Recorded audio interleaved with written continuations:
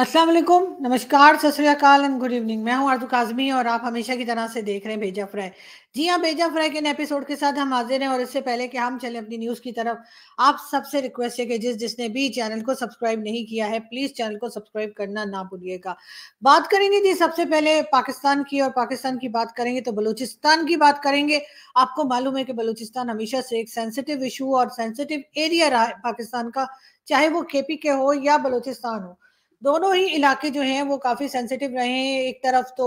KPK में आप जानते हैं कि टीटीपी के अटैक्स जो हैं वो हुआ करते हैं क्योंकि अफ़गान बॉर्डर वहाँ से जुड़ता है, और दूसरी तरफ अगर हम देखें तो बीएलए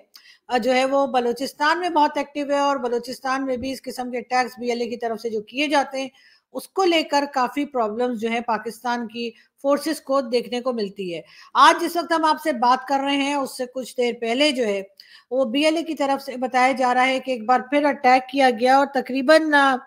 जो है वो 4 टेररिस्ट या 4 बीएलए के लोग जो हैं वो मार गिराए गए, और जो कि कोशिश कर रहे थे नेवल बेस में जाने की, तुर्बत एरिया जो है क्या बलूचिस्तान का, वहां पर।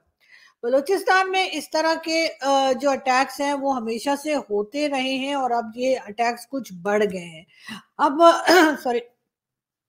कुछ बढ़ गए के बारे में ये कहा जा रहा है कि जो सी पैक एक बार फिर शहबाज शरीफ साहब के प्राइम मिनिस्टर बनने के बाद सी पैक को दोबारा से एक्टिव किया जा रहा है, और कहा यह जा रहा है कि जी जो सी पैक है उस पर दोबारा से काम शुरू होगा। चाइना भी इसके लिए तैयार है, और ये चीज़ जो है ये बलूचिस्तान के लोग जो है पसंद नहीं कर रहे। इसी वजह से मजीद ब्रिगेड जो है उनके जी बार बार इस किस्म के अटैक्स जो है वो देखने को मिल रहे हैं, और आज भी जो है तुर्बत के एरिया में उन्होंने एक बार फिर कोशिश की थी, और नेवल बेस पे जो है वहां पे जाकर किसी तरह का कब्जा करने की, जिसके बारे में ये भी कई तरफ से न्यूज चल रही है कि जी उन्होंने कब्जा कर लिया है और उसके ऊपर उनका होल्ड है। तो वो खबर अभी तक सही नहीं बताई जा रही, यही कहा जा रहा है कि वो फेक न्यूज है। असल न्यूज ये बताई गई है, जो कि हर तरफ मीडिया भी बात कर रहा है, वो यही कि ये 4 लोग थे, और इन 4 लोगों को इस वक्त जो है वो मार गिराया गया है। और इस तरह से जो बार-बार हम देख रहे हैं इस किस्म की जो एक्टिविटीज़ हो रही हैं, बार-बार हम देख रहे हैं इस किस्म के अटैक्स और कई दूसरी चीज़ें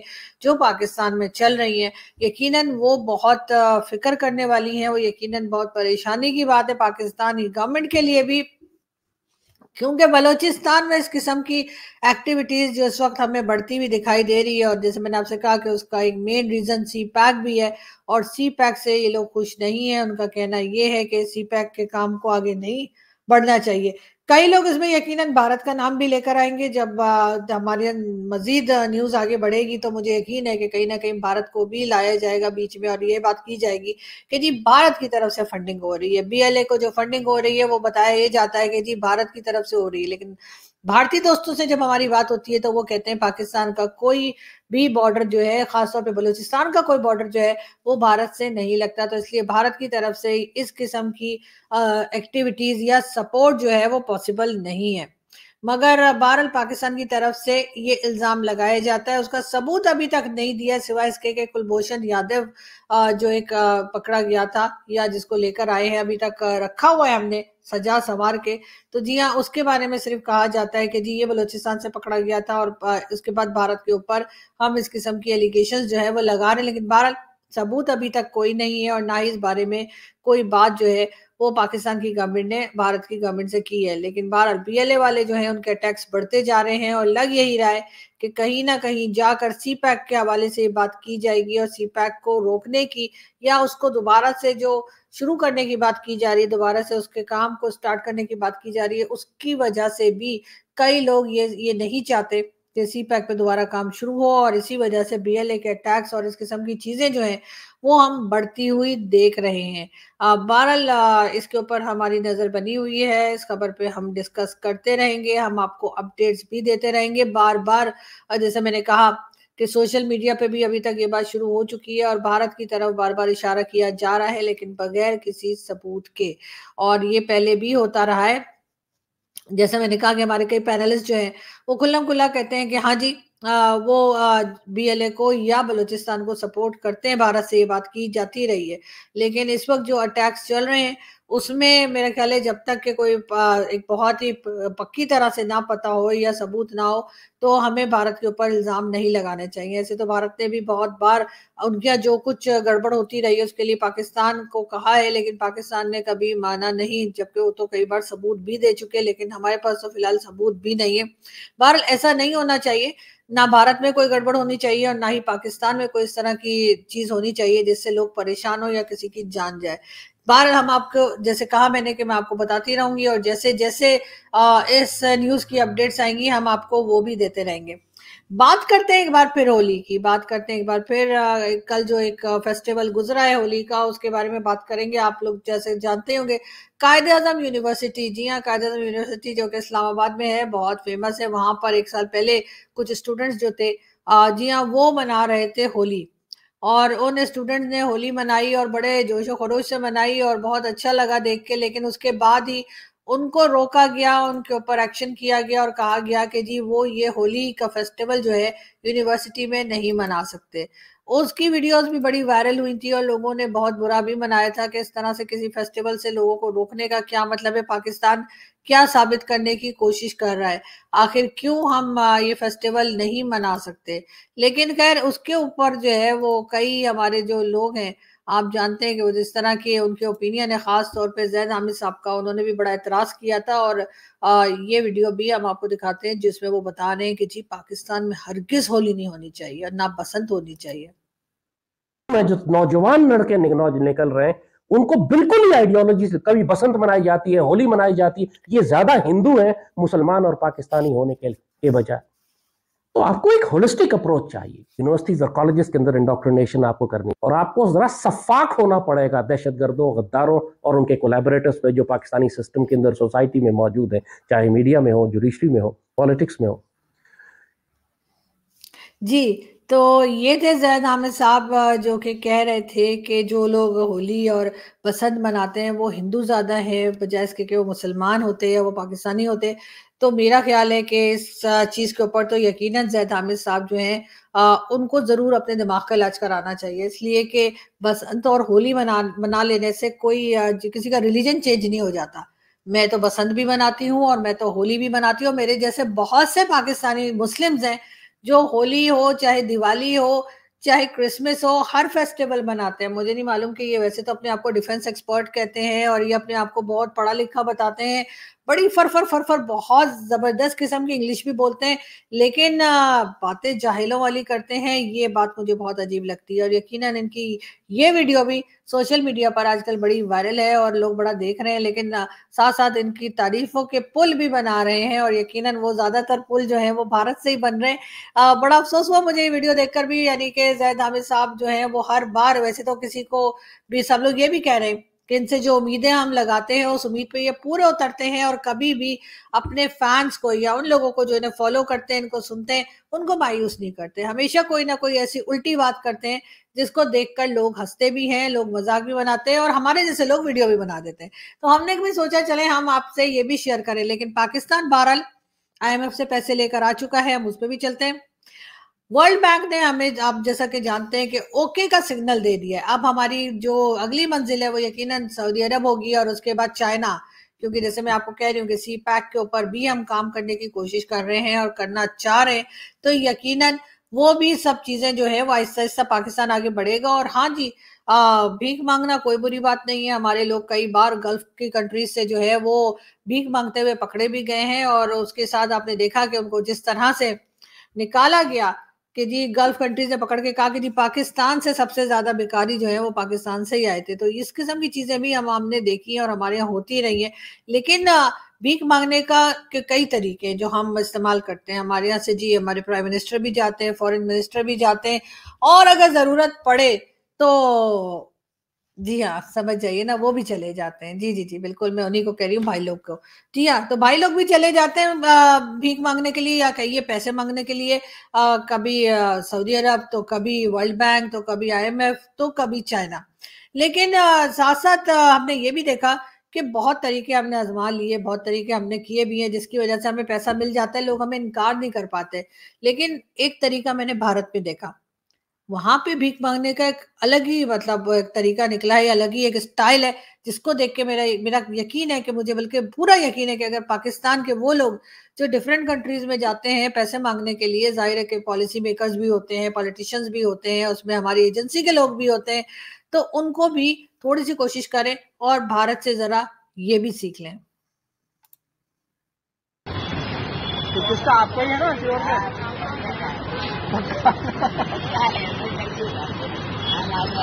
क्या नाम है बताओ? जी, तो देखा आपने भारत ने कितनी तरक्की कर ली है और भारत में तो अब इस तरह से भी यानी जो भीख मांग रहे हैं उन्होंने भी वो भी कितने डिजिटल हो गए हैं, उनकी भी कितनी उनको समझ आ गई है कि क्या करना चाहिए और कैसे करना चाहिए। लेकिन बहरहाल ये भी एक तरीका है जो मेरा ख्याल है कि हम लोगों को भी अप्लाई करना चाहिए और इसी से पाकिस्तान जो है वो मजीद आसानी हो जाएगी हमें, इसलिए कि काम वाम तो हमने करना नहीं है। ट्रेड खोलने की बात होती है लेकिन हम ट्रेड खोलने के खिलाफ भी बात करते हैं, हमें खुद नहीं पता हम चाहते क्या है। एक तरफ हमारी जो एस्टेब्लिशमेंट है वो हमारे फॉरेन मिनिस्टर से ये कहलवाती है कि बेटा जाके बोल दो कि जी हम तो भारत से ट्रेड करना चाहते हैं। दूसरी तरफ वही एस्टेब्लिशमेंट अपने फेवरेट जो लोग हैं मीडिया में बैठे हुए उनसे कहते हैं कि जी ये बोल दो कि हमने करनी नहीं है। यानी कि कंफ्यूजन पे कंफ्यूजन हमने जो है वो क्रिएट करनी होती है और वही हम क्रिएट करते जा रहे हैं और हमें खुद समझ नहीं आ रही कि आखिर हम करना क्या चाहते हैं अपनी कंट्री के साथ। मगर ये जरूर है कि अगर हम बात करें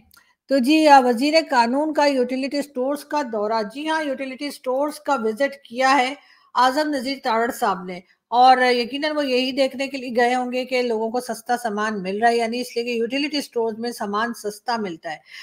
यानी बाकी की मार्केट के मुकाबले में यूटिलिटी स्टोर्स में आपको आटा दाल चावल जो है घी वगैरह तेल ये सब जो है कम कीमत पे मिल जाते हैं। लेकिन बात सारी ये है कि क्या पब्लिक वो कम कीमत भी दे पा रही है, ये बात कोई नहीं सोच रहा कि अगर कोई चीज 100 रुपए की है और उसके बजाय आप उसको 95 का या 93 का कर देंगे या इवन 90 रुपीज का भी कर देंगे तो क्या पब्लिक की जेब इस काबिल है पाकिस्तान में कि वो 90 रुपीज भी पे कर सके? नहीं, ऐसा नहीं है। लोग बहुत परेशान हैं, लोगों को जैसे कि मैंने आपको बताया कि लोगों की आमदनी भी बहुत कम हो गई है, जॉब लोगों की कई लोगों की जॉब चली गई है। मगर हमारे यहाँ लोगों के कान पे जू नहीं रेंग रही, हमारे यहाँ लोगों को कोई असर नहीं हो रहा, कोई फिक्र नहीं है, जैसे चल रहा है चलता रहे, किसी को कोई फर्क। शहबाज शरीफ साहब, जी हाँ, जो आजकल हमारे प्राइम मिनिस्टर हैं शहबाज शरीफ साहब, उनका कहना ये है कि महंगाई बेरोजगारी दहशत गर्दी मतलब हर चीज का जो है वो गवर्नमेंट को पता है और हर चीज से निपटने के लिए हर चीज को हैंडल करने के लिए पूरी तरह से तैयार हैं। अब पता नहीं किस तरह से तैयार हैं क्योंकि हमें तो कुछ करते हुए दिखाई दे रहे नहीं है। बार बार यही लग रहा है कि गवर्नमेंट जो है वो सिर्फ और सिर्फ इस पे फोकस कर रही है कि कहाँ से कितना पैसा मिल सकता है, उससे आगे कुछ सोचने समझने की सलाहियत जो है वो गवर्नमेंट की जो है मुझे काम करती हुई दिखाई नहीं देती। आप जैसा कि देख ही रहे हैं कि बलूचिस्तान में इस वक्त जो हाल है और अक्सर ही होता है ये और बातें कि हमारा मीडिया जो है या हमारा जो मेन स्ट्रीम मीडिया है वो बहुत कम जो है बलूचिस्तान या केपीके की न्यूज दिखाता है, बाकी न्यूज में ज्यादा इंटरेस्टेड रहते हैं और इस तरफ जरा कम ही कम जाते हैं या कम ही कम बताते हैं। मगर बहरहाल देखते हैं कि ये आगे किस तरह से बढ़ते हैं। बात हम करेंगे एक बार फिर इमरान खान की। जी हाँ, इमरान खान के साथी आपको दिखाई दे रहे हैं इसमें और उनका कहना ये है जी मैंडेट चोरी की रिकवरी के लिए प्लान जो है वो बना लिया गया है और 30 मार्च से आगाज करेंगे। जी हाँ, शेर अफजल मरवत साहब का कहना ये है कि जो मैंडेट चोरी हुआ यानी मैंडेट चोरी हो के जो गवर्नमेंट किसी और की बनवा दी गई है बकौल इनके यानी कि इमरान खान के बजाय आ गए हैं शहबाज शरीफ, ये मैंडेट चोरी हुआ है और इसके खिलाफ जो है कोई ना कोई प्रोटेस्ट किया जाएगा, प्रोटेस्ट लॉन्च किया जाएगा, लॉन्ग मार्च होगी या धरना होगा, जो कुछ भी होगा इमरान खान की पार्टी ये करने जा रही है 30 मार्च के बाद यानी कि रोजों के दौरान ही ये हो जाएगा। अभी आज जैसे मैं बात कर रही हूँ आपसे आज 26 मार्च है तो बस समझिए 3 से 4 या 5 दिनों में जो है 4 दिनों में ये लोग 30 मार्च तक जो है वो अपना जो कुछ भी करना है, कोई प्रोटेस्ट करना है, कोई पे धरना देना है कि क्या करना है उसके लिए शुरू कर देंगे काम। बात हम एक बार फिर मैं आपको लेके चलूंगी बलूचिस्तान की तरफ। जी हाँ, जो लोग ये कहते हैं कि जी प्रोटेस्ट जो है वो कर सकते हैं, कोई गवर्नमेंट के लोगों की बात कर रही हूँ जो कहते हैं कि जी प्रोटेस्ट कीजिए, कोई नहीं रोक रहा। पाकिस्तान एक डेमोक्रेटिक कंट्री है और यहाँ हर एक को प्रोटेस्ट का इख्तियार है, हर एक प्रोटेस्ट कर सकता है, प्रोटेस्ट अरेंज कर सकता है। तो उनको मैं ये बताती चलूं कि जी जिस वक्त मारंग बलोच साहिबा आई थी इस्लामाबाद अपना प्रोटेस्ट रिकॉर्ड करवाने के लिए, और उस वक्त उस टाइम से लेके अभी तक इस्लामाबाद प्रेस क्लब जहाँ के बाहर लोग बैठते हैं, बैठा करते थे, बल्कि ये कहना चाहिए बैठा करते थे प्रोटेस्ट के लिए, वहां पे ये बड़े बड़े खड्डे कर दिए। जी हाँ, वहां पे जो है वो गवर्नमेंट की मशीनरी भेजकर, और वहां पे जितना भी फुटपाथ था, पार्क था या ग्राउंड था छोटा सा कह लीजिए, जहाँ पे लोग अपने टेंट लगाते थे, लोग बैठते थे, प्रोटेस्ट करते थे। कई बार मैंने आपके साथ पिक्चर्स भी शेयर की हैं जिसमें खास तौर से बलूचिस्तान से आए हुए लोग जो हैं वो वहां पे प्रोटेस्ट किया करते थे, बैठते थे और अपने जो दुख है उसको बयान करते थे। कई बार माइनॉरिटीज के लोग भी आए और वो इस्लामाबाद प्रेस क्लब के सामने जो पार्क सा है वहां पर बैठ के उन्होंने प्रोटेस्ट कराया। उस पूरे पार्क को तोड़ दिया है जी, पूरे में खड्डे कर दिए इतने बड़े बड़े होल्स करके, ताकि कोई वहां पे बैठ ना सके, कोई वहां पे प्रोटेस्ट के लिए रह ना सके। ये तो हाल है हमारी गवर्नमेंट और खास तौर पे हमारी स्टैब्लिशमेंट का, जो हर वक्त डरी सहमी रहती है खास तौर पे आम आदमी से। जो आम सिटीजन है पाकिस्तान के, उनसे बहुत डर लगता है उनको, इसलिए कि इमरान खान ने और कुछ किया हो ना किया हो, मैं ये नहीं कह रही कि इमरान खान के बाद से ही लोगों को अकल आई और लोग जो है वो ये समझने लगे कि असल में ये गेम चेंजर कौन है और गेम प्लानर कौन है और ये सब कुछ कौन करता है। लेकिन ये सब लोगों को पहले भी पता था। इमरान खान ने सिर्फ ये किया है कि इमरान खान जिस वक्त आए तो उस वक्त जाहिर है सोशल मीडिया का जमाना था, और इमरान खान ने सोशल मीडिया की जुबान लोगों को सिखा दी, और उसके बाद कुछ ने अच्छा कहा, कुछ ने बुरा कहा, लेकिन बहरहाल लोगों ने सोशल मीडिया को बहुत ज्यादा इस्तेमाल किया और इन लोगों के बारे में भी बात की जिनके बारे में बात करना मना है। जी हाँ, और इसी वजह से अब ये लोग बहुत ज्यादा घबरा गए हैं। बहुत टाइम, 1 महीने से भी ज्यादा हो गया है कि ट्विटर या एक्स जो है वो पाकिस्तान में बैन है। अब आप लोग कहेंगे कि ऐसा है तो फिर हम लोग ट्वीट्स कैसे लगा लेते हैं, हम लोग पढ़ कैसे लेते हैं ये वो। तो एक वर्ड होता है जुगाड़। जी हाँ, जुगाड़ अगर आप लोगों को नहीं पता कि कैसे करना है तो पाकिस्तानियों से पूछ लिया करें, हमें हर चीज का जुगाड़ आता है। तो जी हम वो जुगाड़ लगा के और वीपीएन के जरिए और कई दूसरे जो सॉफ्टवेयर होते हैं उनके जरिए जी ये एक्स को या ट्विटर को जो है वो ओपन कर लेते हैं, उसके ऊपर ट्वीट्स भी लगा लेते हैं, पढ़ भी लेते हैं, न्यूज भी ले लेते हैं। लेकिन अमेरिका तक से कहा गया, अमेरिका की जो कहना चाहिए जो उनकी गवर्नमेंट है वहां तक से ये स्टेटमेंट दिया गया कि पाकिस्तान में लोगों को आजादी होनी चाहिए सोशल मीडिया इस्तेमाल करने की, लोगों को इस तरह की पाबंदी में ना रखा जाए। मगर मजाल है कि हमारी एजेंसीज और हमारी आर्मी और हमारे दूसरे लोग, हमारी स्टैब्लिशमेंट जो है उसके ऊपर कोई असर हुआ हो, वो उसी तरह से उसको उन्होंने बैन कर रखा है। उसी तरह बल्कि जो मोहसिन नकवी साहब जो नए मिनिस्टर साहब आए, उनका कहना ये कि जी सारी दुनिया में जो है वो जो सोशल मीडिया है उसको कंट्रोल किया जाता है, सोशल मीडिया के कवानीन होते हैं, कोई रूल्स होते हैं, पाकिस्तान में भी होने चाहिए। ये कहना है जी मोहसिन नकवी साहब का। अब आप समझ ही गए होंगे कि मोहसिन नकवी साहब जो है वो कहाँ से आए हैं, मोहसिन नकवी को कौन लाया है, मोहसिन नकवी को मिनिस्टर किसने बनाया है, और मोहसिन नकवी किसकी जुबान बोल रहे हैं। जी हाँ, मोहसिन नकवी उन्हीं लोगों की जबान बोल रहे हैं जिनके लिए सब लोग सलूट मारते हैं और जिसको सब लोग कहते हैं कि हाँ जी ये ना होते तो भारत हमें खा गया होता। बिल्कुल आप समझ ही गए होंगे मैं किन की बात कर रही हूँ। अब आप क्या चाहते हैं मैं साफ साफ बताऊं, तो वो मैं नहीं करने वाली। खैर कोई बात नहीं, बड़े बड़े देशों में ऐसी छोटी छोटी बातें होती रहती हैं। यहाँ से हम चलते हैं, आपसे मुलाकात होगी नेक्स्ट वीडियो में। अपना बहुत सारा ख्याल रखिएगा, हंसते रहिए, मुस्कुराते रहिए और हमारे चैनल को सब्सक्राइब करना ना भूलिएगा। और हाँ, वीडियो को शेयर भी कर दिया करें प्लीज। Thank you.